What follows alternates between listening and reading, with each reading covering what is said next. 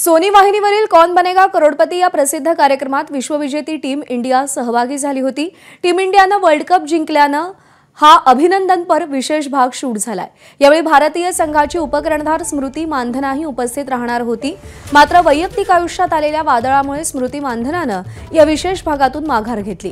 कुटुंबाची प्रायव्हसी जपण्यासाठी स्मृतीने हा निर्णय घेतल्याची माहिती आहे। स्मृती मानधना आणि संगीतकार पलाश मुच्छल यांचं लग्न होणार होतं, पण ऐन मुहूर्ताच्या वेळी स्मृतीच्या वडिलांची तब्येत बिघडली आणि लग्न पुढे ढकलण्यात आलंय।